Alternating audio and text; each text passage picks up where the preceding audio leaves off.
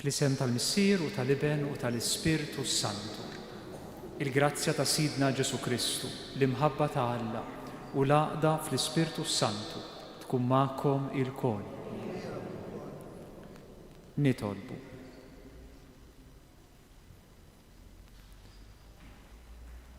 Missier Qaddis, nitolbuk tibgħat fuqna l-Ispirtu Qaddis tiegħek. ħajkunu li jiftħilna qalbna għall-kelma ta' Kristu, il-kelma li tagħti il-ħajja hemm fejn hemm il-mewt. Dan nitolbuh bi Kristu Sidna.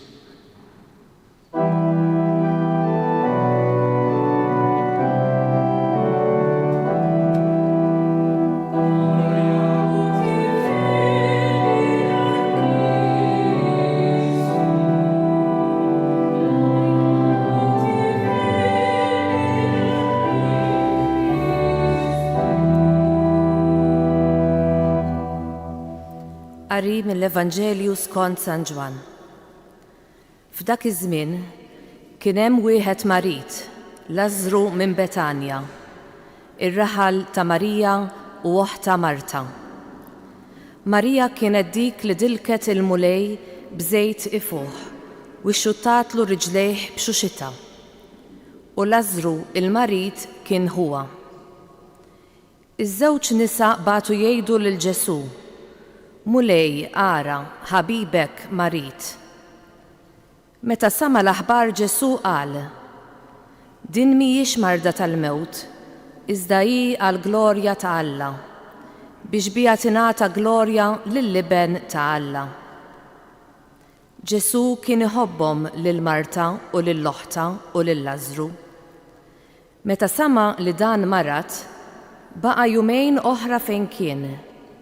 U imbagħad qal lid-dixxiepli: ejjew nerġgħu mmorru l-Ludija. Qalulu d-dixxiepli: Rabbi, il-Lut għadhom kemm kienu qegħdin ifittxu li jħaġruk, u inti riġa sejjer hemm?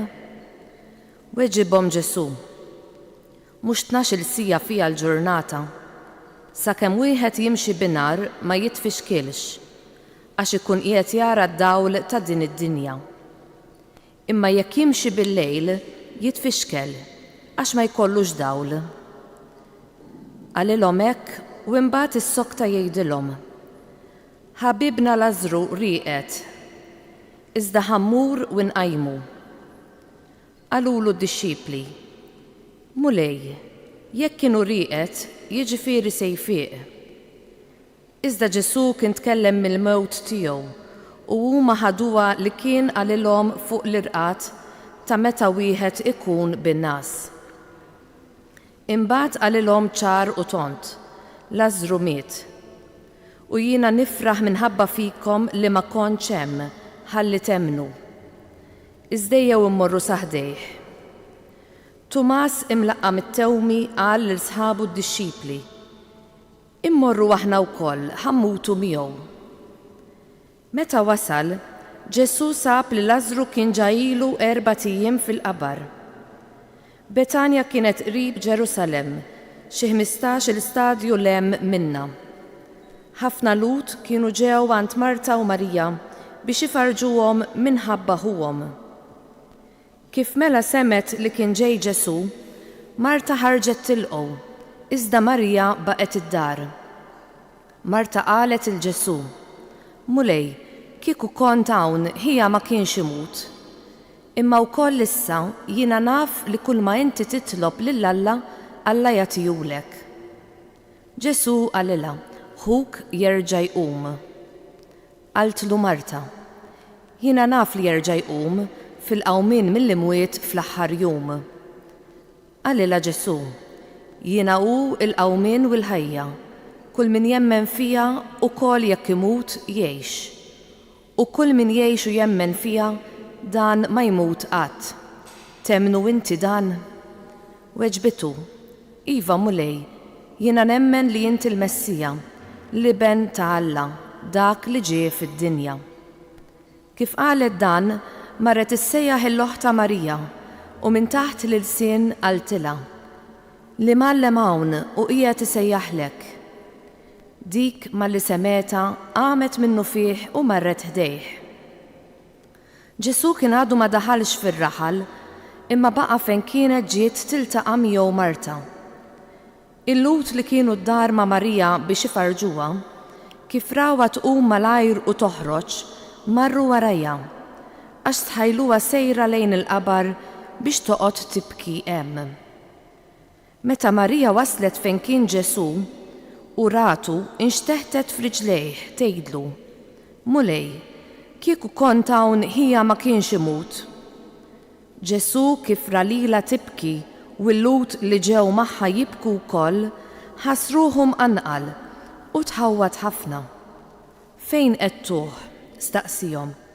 Huma weġbuh: Mulej, ejja u ara. U Ġesu beka.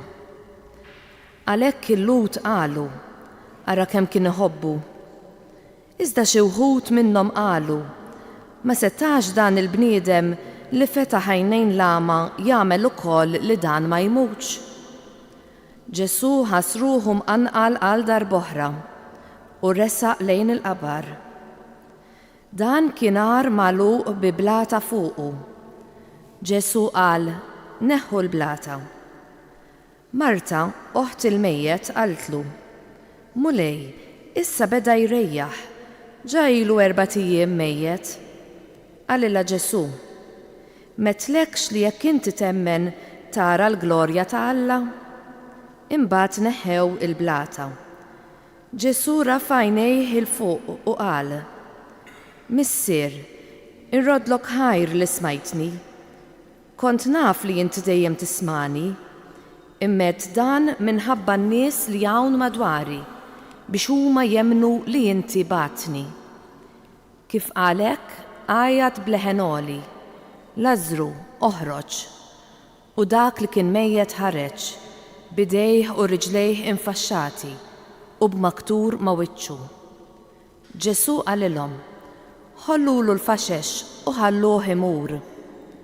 Ħafna mill-lut li kienu ġew għand Marija u raw dak li għamel Ġesu emnu fih. Il-kelma tal-mulej. It-tifħir lilek Kristu.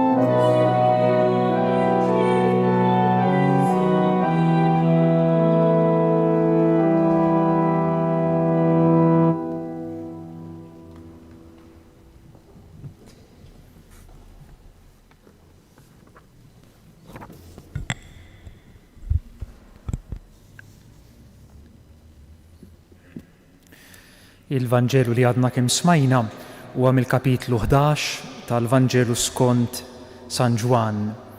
Qegħdin fl-aħħar ta' dak li jissejjaħ il-ktieb tas-sinjali għaliex l-ewwel nofs tal-Vanġelu skont San Ġwan hija strutturata, hija mibnija fuq 7 sinjali illi Ġesu jagħmel u li l-Evanġelista jażel illi jirrakkonta.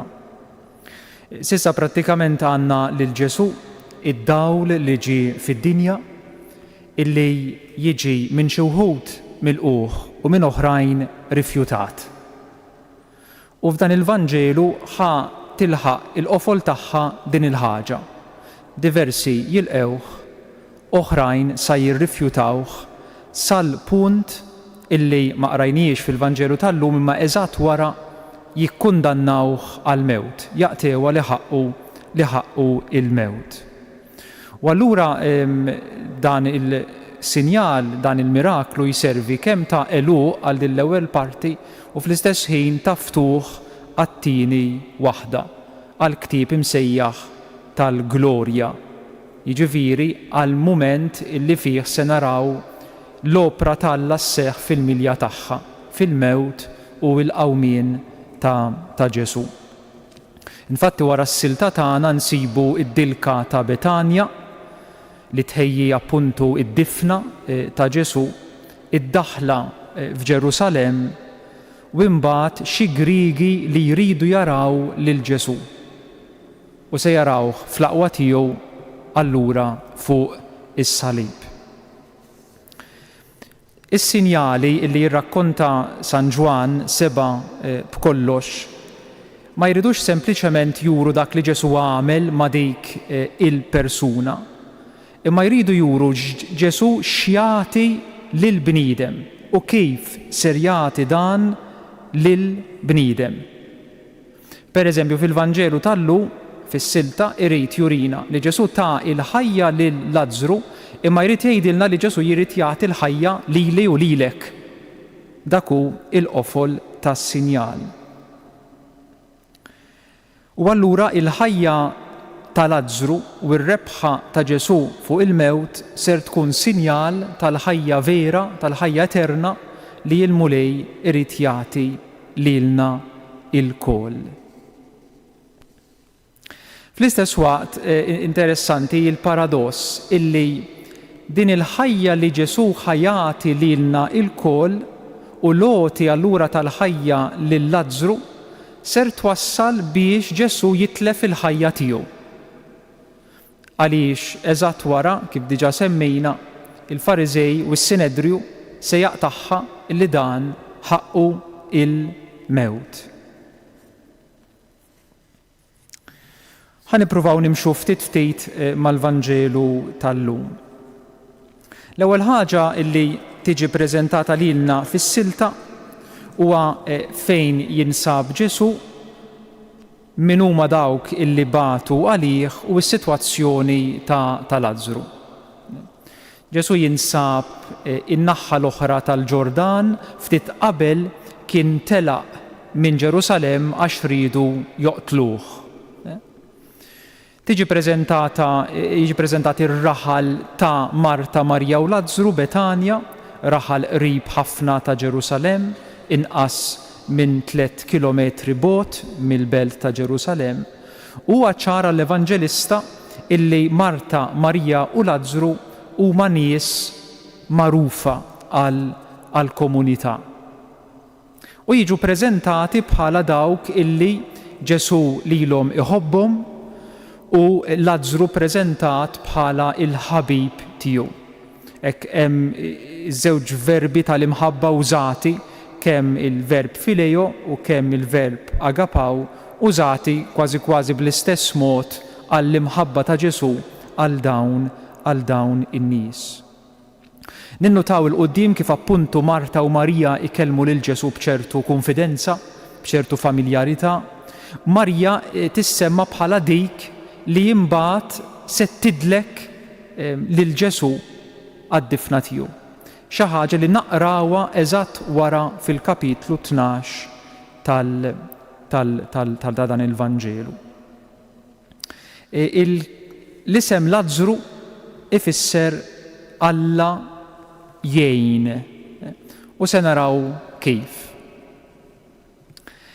L-ewwel ħaġa illi tingħat lil Ġesu hija illi ħabibek Lazzru huwa marit.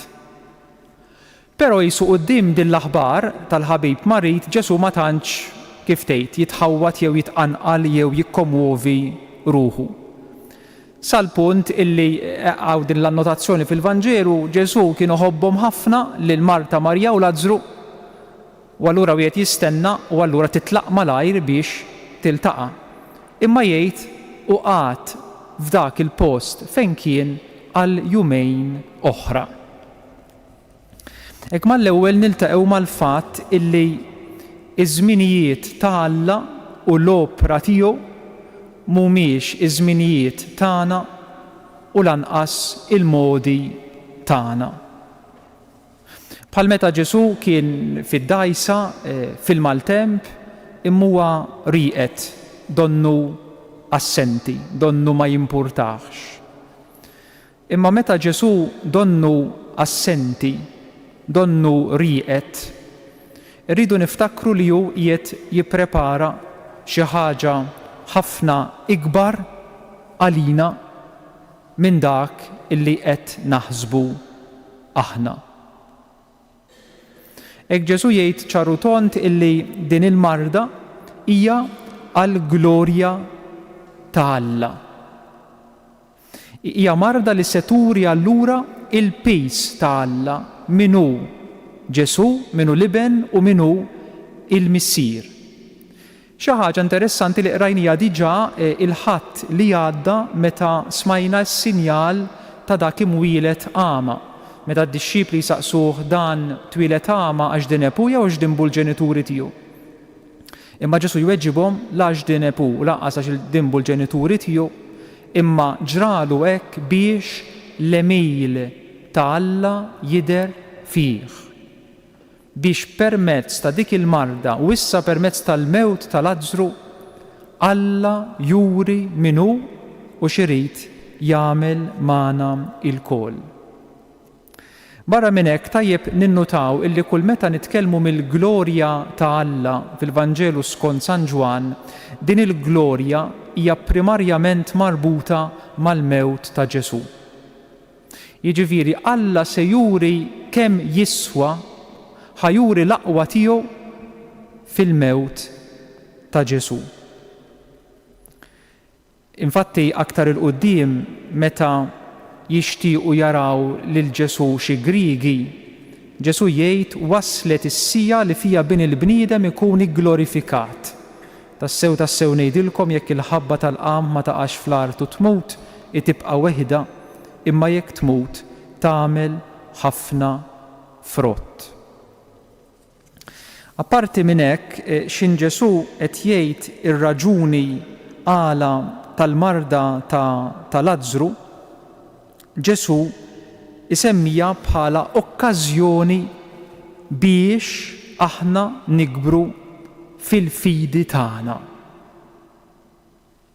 ċoe fija aħna se naraw mod kif Alla jaħdem u kif bekk aħna se nikbru fil-fidi tagħna fih. Ovvjament ħafna drabi aħna fil-ħajja nkunu interessati illi jissolvewna il-problemi li għandna. Ġesu mhux dejjem interessat donnu f'dan, imma interessat fil-problema il-kbira, ċoe l-kwistjoni tal-mewt. Il-fatt li aħna nistgħu nispiċċaw fix-xejn għal dejjem.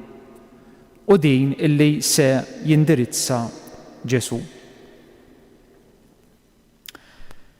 Imbagħad allura fil-Vanġelu jgħaddu il-jumejn u Ġesu jgħid lid-dixxipli tiegħu ejjew immorru il-Ludija. Imma id-dixxipli tiegħu ma jifhmux din il-ħaġa. Fis-sens għaliex ħammorru l-Ludija meta dawn ridu joqtluk sa ftit ta' żmien ilu. U ninnotaw li fil-Vanġelu minn issa se jibdew serje ta' kif tgħid isu twissijiet jew oppożizzjoni għal Ġesu. Ġisu kulħadd jibda jeħodha mal-għażliet tiegħu. Issa d-dixxipli aktar il-qudiem Marta, imbagħad Marija, imbagħad terġa' Marta x'ħin Ġesu jgħidilha biex jiftħu il-qabar. Appuntu, fin-normalità inti ma tmux fejn hemm theddida għalik. Aħna naħarbu ovvjament mill-mewt għaliex il-mewt dbeżżana. U għax il-mewt dbeżżana u hija tassew xi ħaġa kera u tal-biża', aħna kapaċi noħorġu bil-modi tagħna kif induru magħha. Fost l-oħrajn billi tipprova kemm jista' jkun taħrab minnha kemm tista' b'kull mezz. U allura hawn min sempliċement jgħix aljenat, hawn min jipprova jagħmel l-esperjenzi kollha tal-ħajja biex żgur ma jaħrablu xejn għax imbagħad se jispiċċa kollox. Hawn min jinfex li minn għalih ikollu kollox taħt kontroll bil-ħafna ġid illi wieħed ikollu. Modi tagħna kif ngħixu, kif nippruvaw inġaħġħuha.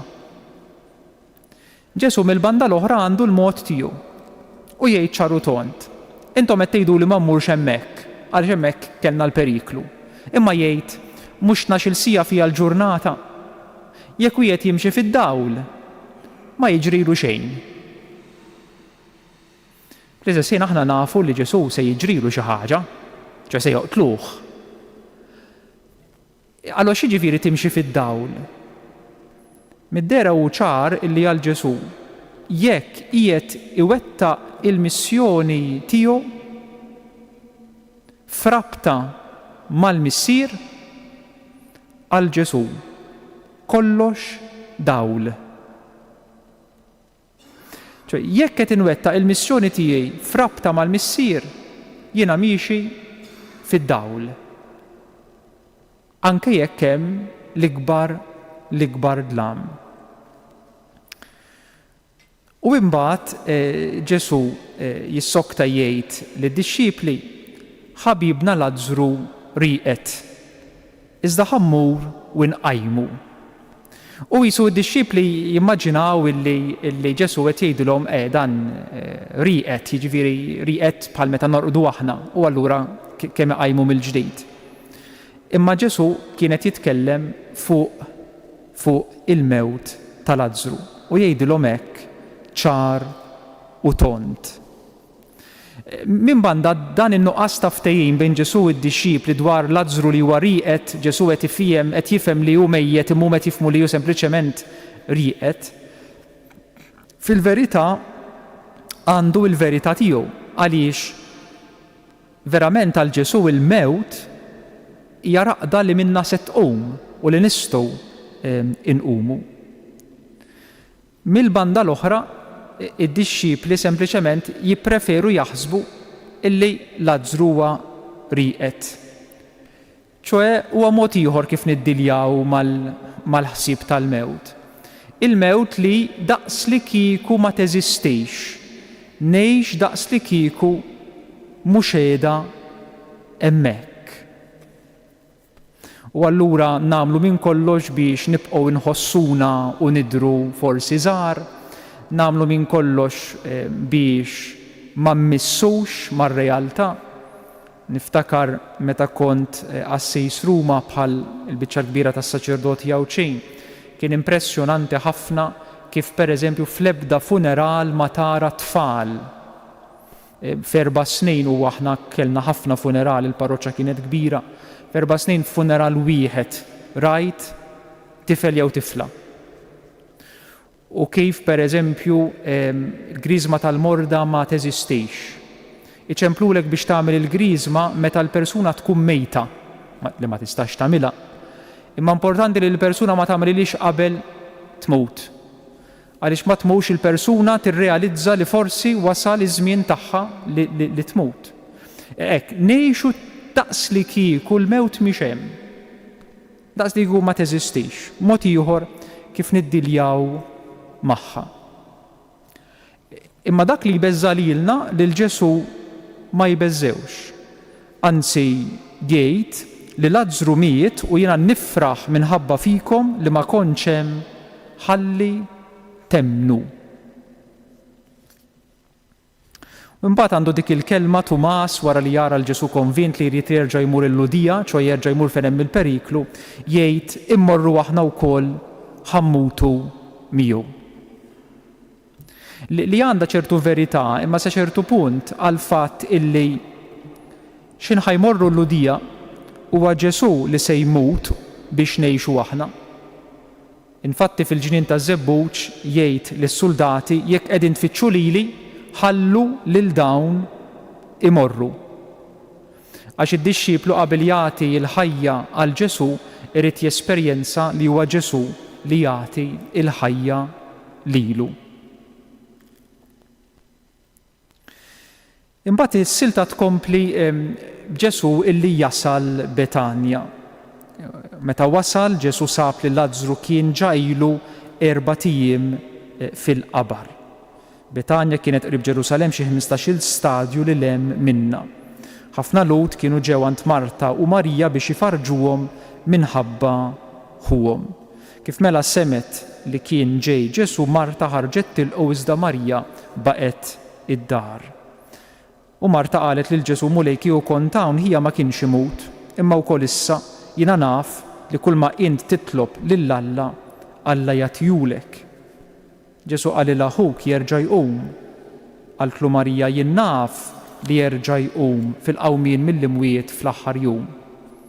Qalilha Ġesu jiena hu l-qawmien u l-ħajja, kull min jemmen fija wkoll jekk imut jgħix u kull min jgħix u jemmen fija dan ma jmut qatt. Temmnu inti dan? Iva mulej weġbitu jiena nemmen li inti l-Messija li ben ta' Alla, dak li ġie fid-dinja. Hekk Ġesu jmur Betanja jiltaqa' ma' xena tipikament ta' mewt, hemm ħafna Lud illi marru ifarġu lil dawn in-nies. Ġeneralment kienet rakkomandata ħafna din l-att ta' karità li tkun mal-raba tal-mejjet u kienet issir għal 7 ijiem. Lażru kien ilu 4 ijiem mejjet fil-qabar. Waw din l-enfasi fuq l-4 ijiem għal fatt illi fil-mentalità ta' dak iż-żmien kien maħsub illi minkejja li l-persuna tkun mietet qisu għal 3 ijiem jew sa 3 ijiem b'xi mod l-ispirtu tal-persuna kien ikun għadu qrib jew idur mal-ġisem mejjet. Wara 3 ijiem tibda d-dekompożizzjoni, tibda tidher id-dekompożizzjoni tal-katavru u allura m'hemmx xejn aktar li jista' jsir. L-ispirtu jitlaq totalment lill-persuna. Il-mejjet mill-banda l-oħra ovvjament kien jiġi midfun fl-istess ġurnata minħabba raġunijiet ovvji. U jibda dan id-dialogu bejn Marta u Ġesu. Fil-kliem ta' Marta jiswem taħlita ta' delużjoni imma wkoll fidi. Ovvjament l-iskop ta' Marta kien xtaqet li Ġesu kien hawn waqt li Lażru kien marit biex ifiq, ċoe biex kemm jista' jkun nevitaw il-problema l-kbira dik li ġrat tal-mewt. Interessanti ħafna illi Ġesu imma dil-problema ma jneħħijiex. Laqas fil-każ tagħna. Imma idawwala. Għax il-kwistjoni mhix li nittardja kemm jista' jkun il-mewt jew nevita.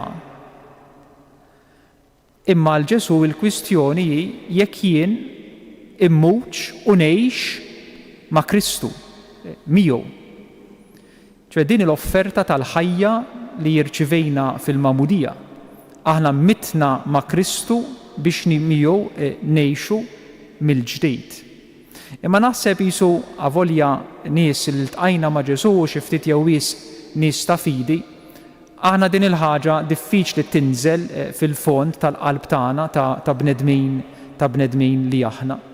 U allura x-xewqa tagħna hi li kemm jista' jkun nevitaw jew nittardjaw kemm jista' jkun dan il-mument li kull kif jiġi. Però Ġesu daħal fil-mewt u ma evitajix. Ġesu daħal magħna hemmhekk sal-aħħar. U jixtieq idawwal dil-problema mill-eruq tagħha. U allura naraw f'Marta ċertu fidi f'Ġesu, fidi li tgħidlu isma' giew kont hawn inti għandek is-seta fuq il-Mart, imma mhux fidi sħiħa li tara f'Ġesu dak li għandu s-seta wkoll fuq il-mewt u dak li jista' jagħti l-ħajja il-vejra. Imma bil-mod Marta donna tasal għal fidi vera. Meta Ġesu jgħidilha jiena hu l-qawmien u l-ħajja, kull min jemmen fija wkoll jekk imut jgħix u min jgħix u jemmen fija dan ma jmut qatt. Temnu inti dan u tgħidlu iva mulej. Jiena nemmen li inti l-Messija li ben ta' Alla dak illi ġie fid-dinja. U allura f'daqqa waħda ninnutaw xiġri. Ninnutaw illi min Marta li qiegħda temmen f'Ġesu li seta' jagħmel xi ħaġa qabel, issa temmen f'Ġesu li jista' jagħti l-ħajja issa stess. Huwa il-qawmien u l-ħajja dejjem. U ninnutaw ukoll mixja oħra illi tagħmel Marta, skużawni. L-ewwel Marta toqgħod tħares lura b'ċertu nostalġija. Speċi tgħidu li kieku kont hawn hija ma kienx imut. Dak il-ħafna li kieku illi ngħidu fil-ħajja. U mbagħad Marta tibda tħares lejn il-futur u tgħid jiena nemmen illi għad iqum mill-mewt fl-aħħar jum illi kienet il-fidi ta' parti kbira mill-lut ta' dak iż-żmien. U tħares allura lejn il-futur. Biex fl-aħħar Marta tibda tħares lejn il-preżent, lejn Ġesu fil-ħajja tagħha. Jiena nemmen li inti il-Messija hawnhekk qudiemi l-iben ta' Alla dak illi ġie fid-dinja. Hekk din il-mixxa li tagħmel Marta hija mixxa naħseb importanti ħafna li Ġesu iwassala tagħmel. Min ħarsa kontinwa fuq il-passat bin-nostalġija jew il-guilt jew ir-rabja tiegħu. Min ħarsa lejn xi tama futura jew inkella ta' biża' xi kultant mill-futur għal ħarsa fuq il-preżent illi jista' jiġi imdawwal u moti l-ħajja mill-mulej Ġesu. Allura l-ħajja li Ġesu jrid jagħtina jiena huwa l-qawmien u l-ħajja hija dik iċ-ċertezza li twassalna biex mhux biss inħarsu lejn il-futur b'tama ċerta, imma wkoll biex nistgħu naqraw il-preżent tagħna grazzi għal dan. U f'daqqa waħda allura minkejja li nibqgħu bnedmin dgħajfa, jekk il-mulej huwa l-ħajja u l-qawmien tagħna, l-affarijiet li jiġru fil-ħajja anke tqal nistgħu narawhom u ngħixuhom b'mod differenti. Imbagħad mid-dialogu ma' Marta ngħaddu għal dak illi jiġri ma' Marija. Għaliex Marta tmur issejjaħ lil Marija u Marija toħroġ mid-dar u tmur fejn hemm Ġesu. Il-Lut ta' magħha jaħsbuha illi kienet sejra tibki ħdejn il-qabar, allura imorru kollha magħha, imma hi kienet sejra ħdejn Ġesu u malli tasal tinxteħed f'riġlejh tgħidlu mulej kieku kont hawn hija ma kienx imut. Kemm sabiħa hekk Ġesu li jsejjaħ ukoll lil Marija. Fil-Vanġelu kontinwament għandna dawn il-laqat ta' Ġesu. L-importanti li niltaqgħu miegħu b'kull mezz. U Ġesu li jibgħat isejjaħ għal Marija hija tmur mill-ewwel. U interessanti li għax tmur għand Ġesu ħafna oħrajn imorru wkoll mingħajr ma jafu. U dawn se jkunu mbagħad ix-xhieda tal-miraklu, tas-sinjal ta' Ġesu. Naħseb li hija xi ħaġa interessanti u sabiħa illi min imur għand Ġesu jaf u ma jafx miegħu jieħu ħafna oħrajn. U għandna din il-laqa ta' Marija ma' Ġesu li hija taħlita ta' biki, ta' adorazzjoni, ta' ċertu fidi u tama u fl-istess ħin ċertu delużjoni. Interessanti imbagħad dak li jagħmel Ġesu għaliex kif ra lila tibki u l-lut li ġew magħha jibku wkoll ħassruhu imqanqal u tħawwat ħafna. Mbagħad jistaqsi fejn qed tuh u ma weġbuh mulej ejja u wara. U Ġesu beka. Kemm hu sabiħek Ġesu li jintmess fil-profond u jipparteċipa fid-dulur ta' Marija u ta' din il-familja. Ġesu li jidħol fil-misteru tal-mewt sal-aħħar. Ġesu li jgħixha wkoll bħala xi ħaġa kbira tal-biża' li tibqa' tqanqal kull tip ta' emozzjoni u mistoqsija. U sabiħa ħafna anke din il-kelma illi jgħidu lil Ġesu bħala tweġiba l-mistoqsija tiegħu fejn qed tuh u jgħidulu mulej ejja u wara. Allura fil-bidu tal-Vanġelu ta' San Ġwan hemm Filippu jidirli illi imur għand Natanael u jgħidlu li sibna il-Messija u jgħidlu ejja u wara. U allura Filippu jieħu Natanael għand Ġesu. Issa u Ġesu illi jrid imur u jara lil Lażru. Dan il-moviment sabiħ, il-bniedem li jersaq lejn Ġesu, Nataniel li jmur għandu, u mbagħad Ġesu li jmur lejn il-bniedem. Il-bniedem mejjet, spiċċa u bla tama. Mbagħad dan il-kumment qasir imma tal-għaġeb kemm hu kbir u Ġesu beka. Din l-esperjenza tant profonda umana illi Ġesu jgħixha.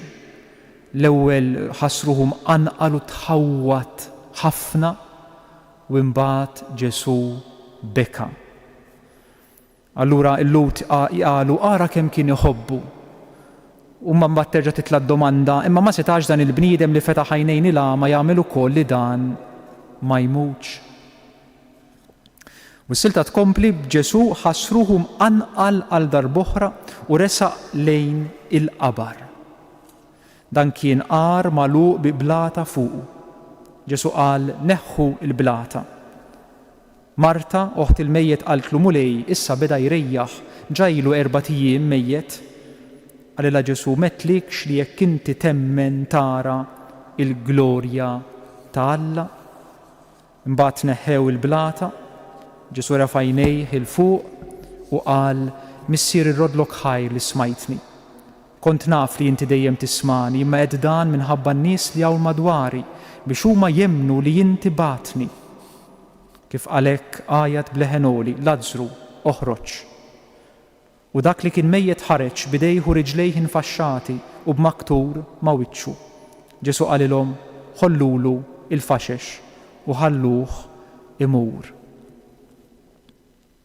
Hekk allura għandna x-xena ta' qabar bi blata fuqu kif kienet id-drawwa il-mod kif jitfnu dak iż-żmien li tqiegħed blata u ovvjament raġuni biex tissiġilla il-qabar. Imma il-blata turi illi dan il-kapitlu issa inala definittivament ma nistgħux nerġgħu lura. Imma Ġesu jgħid neħħu il-blata. Neħħu il-blata. U ovvjament għandna l-oppożizzjoni ta' Marija. X'hemm ġewwa? Hemm ġisem li beda jinten, li beda jiddekomponi, li qed jitmermer u jispiċċa. Ġesu irid jiltaqa' ma' dak. Għandna ħafna drabi quddiem dak li fil-ħajja tagħna nqisuh tal-mistħija, tal-biża', ta' uġigħ, mhux preżentabbli, ma jistax jiġi maħbub, dan kollu ġeneralment nattuh bi blata. Semmek naslu, dak li nafu. Dan irid jinkixef biex jiltaqa' mal-kelma ta' Ġesu, mal-ħarsa tiegħu. Inkella ir-riskju huwa illi kif tgħid Marta beda irejjaħ, ċe li l-intina tal-mewt tant taħkem ħajjitna kollha illi nibqgħu sempliċement il-sira tagħha. Hemm dak il-żewġ versi tal-ittra lil Lut f'kapitlu 2 meta l-awtur jgħid dan il-kliem billi l-uliet għandhom l-istess demm u ġisem, Ġesu wkoll bl-istess mod sar bħalhom biex b'mewtu jeqret is-seta ta' dak li kellu il-mewt fidej, jiġifieri x-xitan, u jeħles lil dawk kollha li minħabba fil-biża' tal-mewt kienu imjassrin għal umorhom kollu. Jeħles lil dawk kollha li minħabba fil-biża' tal-mewt kienu mjassrin għal umorhom kollu. Jekk ma niltaqgħux mal-ħarsa u l-kelma tal-mulej Ġesu li tagħti l-ħajja, ir-riskju li minħabba din il-biża' nibqgħu imjassrin ħajjitna kollha. Imma grazzi għall-mewt u l-qawmien ta' Ġesu hemm il-fwieħa it-tajba s-sabiħa tal-qawmien li tista' iddawwal kollox. U mbagħad Ġesu jgħidilha metlikx illi jekk temmen tara il-glorja ta' Alla. U hawnhekk tidħol il-parti tagħna. ċe f'kull sinjal ta' Ġesu, qatt Ġesu ma jagħmel is-sinjal waħdu. U jagħmel l-istraordinarju, jien però rrid nagħmel il-parti tiegħi. F'dan il-każ huwa li nemmen il-kelma ta' Ġesu.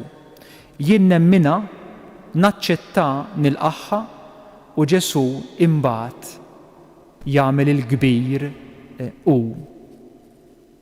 Allura l-ewwel tiġi l-fidi f'Ġesu, ċoe li jiena nagħtih il-permess jaġixxi u nikkopera miegħu u jagħmel il-bqija. Tant illi mbagħad Marta tordna illi titneħħa il-ġebla. Dan l-att erojku illi jwassal imbagħad għall-azzjoni ta' Ġesu. U hemm mbagħad dan id-dialogu ta' Ġesu mal-missier. Missier inrodlok ħaj li smajtni, kont naf li inti dejjem tismani mmeddan minħabba n-nies li hawn madwari biex huma jemmnu li inti batni. ċoe din iċ-ċertezza ta' Ġesu li l-missier semgħu. Din iċ-ċertezza ta' Ġesu, dan ir-ratt ta' ħajr qabel ma seħħ is-sinjal. ċoe dan Ġesu l-iben u l-missier qegħdin f'sintonija ma' xulxin sħiħa. Ġesu li jemmen li mill-missier jiġu biss l-affarijiet iżbieħ. Kemm hi sabiħa din il-fiduċja ta' Ġesu fil-missier, din il-familjarità, din iċ-ċertezza li mill-missier jiġu biss l-affarijiet iżbieħ għas-salvazzjoni tagħna. U mbagħad il-kelma ta' Ġesu u l-qawwa tagħha Lażru oħroġ. u Lażru jiġi moti il-ħajja mill-ġdid. Joħroġ u imbagħad Ġesu jitlob illi jeħilsuh mill-faxex biex hu ikun jista' jgħix tassew ħieles. Ovvjament dan kollu huwa sinjal, huwa antiċipazzjoni ta' dak illi mbagħad se jiġri tassew bil-mewt u l-qawmien ta' Ġesu. Huwa permezz tal-mewt u l-qawmien ta' Ġesu illi aħna se nkunu tassew ħielsa mill-madmat, mill-jasar, mill-biża' tal-mewt. Huwa permezz tal-mewt u l-qawmien ta' Ġesu illi aħna se jkollna il-ħajja il-ġdida u li nistgħu nesperjenzaw lil Ġesu bħala il-qawmien u il-ħajja tagħna. Grazzi għal dan imbagħad ħafna mill-Lut li kienu ġew għand Marija u raw dak li jagħmel Ġesu emmnu fih. Jalla aħna wkoll nagħmlu din il-mixja illi jagħmlu Marta, Marija u Lażru. Jalla aħna nlaqqew lil Ġesu ma dak fina li nqosuh bħala mejjed, bħala jinten, bħala mhux preżentabbli. Jalla aħna wkoll ninfetħu għaż-żminijiet u għal-modi tal-mulej. U jalla fuq kollox nagħmlu l-esperjenza f'ħajjitna stess tal-qawwa ta' Ġesu illi tagħti l-ħajja fil-mewt. Mhux ta' Ġesu li jiffrankalna l-affarijiet imma li jdawwal mill-qiegħ kull sitwazzjoni tal-ħajja. Il-kwistjoni tibqa' dejjem mhux x'jiġrili jew ma jiġrilix, imma ma minnejx l-affarijiet jew le.